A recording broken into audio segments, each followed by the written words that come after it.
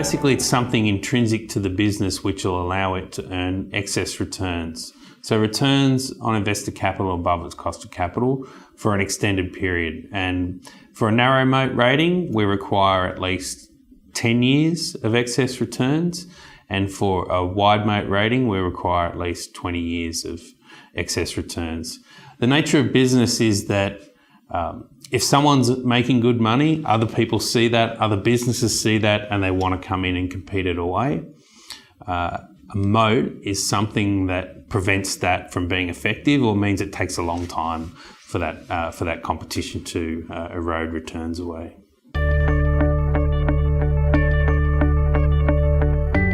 There are quite a few in the Australian market. The banks have wide economic moats. They're pretty good franchises here, and they have quite a significant cost advantage relative to the second tier banks. In the smaller companies, we've got Vida, which is data gathering. It's actually under a takeover bid at the moment, but it's in the personal credit rating business, which we think has got potential.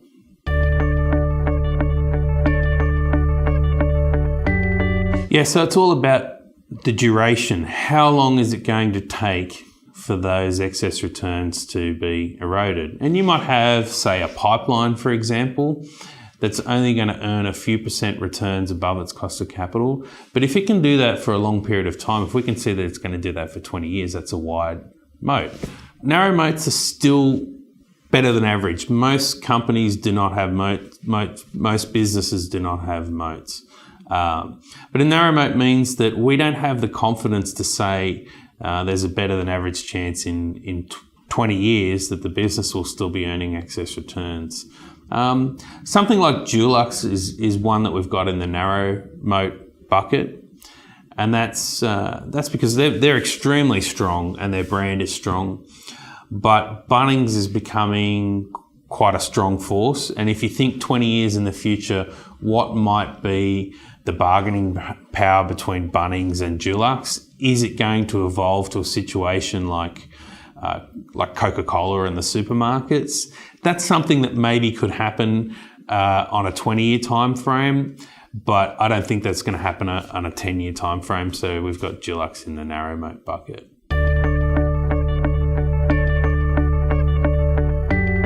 So the first one is intangibles, and that's brands, patents, licenses, things like that. So healthcare tends to fit in that bucket. So CSL, Cochlear, companies like that. Switching costs. So is it difficult to move from one provider to another?